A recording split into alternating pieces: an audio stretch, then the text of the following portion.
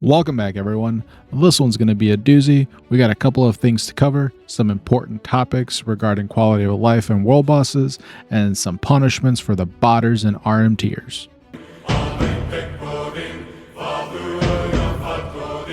Welcome back. My name is Fate. Kicking it right off, we do have a large bot ban wave that just hit the servers.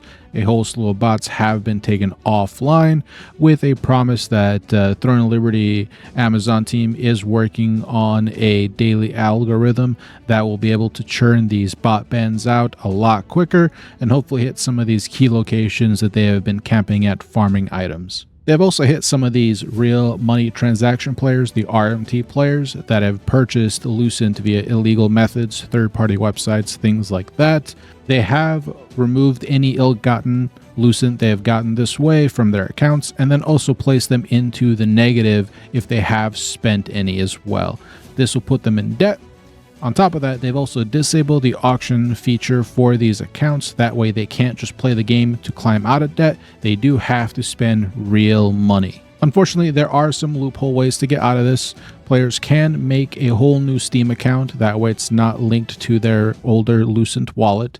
And then they can just join the same guild and feed items that they get from their main through world bosses and guild raids onto their alt and just continue playing that way and not really get a punishment for RMTing. In my opinion, these players should have been banned.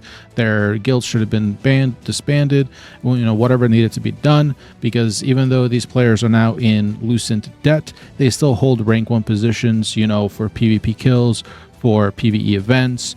Their guilds hold rank 1 positions even after they've been botting to get kills and things like this. So, it is a fix, but they really should have just banned them straight out. Some world boss changes.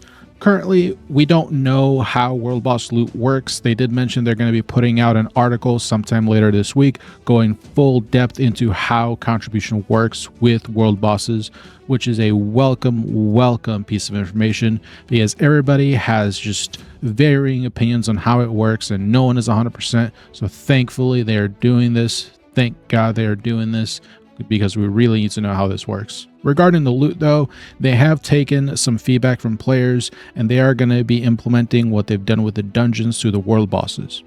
When you kill a world boss, you will get some pity loot at the end for participating. What they're going to be doing is including a pity chest in there that you have a chance of acquiring, that when you open it, you get to select any piece of loot that the boss could have dropped. We don't know what the rates on these chests are. I'm assuming they're going to be the same as the salvation boxes, maybe lower, but it is a welcome change. On the subject of world bosses, they have also taken a look at the Eclipse abusers, the people that have been turning Eclipse on during the open world Abyss dungeons, preventing people from even participating in these peaceful world bosses like Juno, for example. So what they've done is they're going to be opening portals outside of the dungeon that will teleport you to the boss if it is peaceful. Unfortunately, we don't have an exact release date for this update. The most we got was that it is coming sometime mid-November. In addition of these very welcome quality of life changes, what they have also teased at is the future of TNL with 2 new systems, Substance Transformation and the Rune system. They didn't give us too much information. The only thing they gave us was that they are going to be toning down or completely removing the pay-to-win and RNG aspects from both of these systems. Substance Transformation, you could only feed it items that you have looted. You can't feed it tradable items. And in the Rune system, they're going to be removing the RNG from unlocking your rune slots. That's all they kind of gave us. They did say they're going to be looking at it some more, so look forward to that. They also did mention we're going to be getting additional events, additional game modes, some new features in November as well, specifically around PvP, some more on-demand PvP, non-competitive PvP with varying team sizes, varying teams, both private and public. So I am looking forward to that. I am looking forward to what this team can do with this game. The changes they've implemented so far have been really good and on point.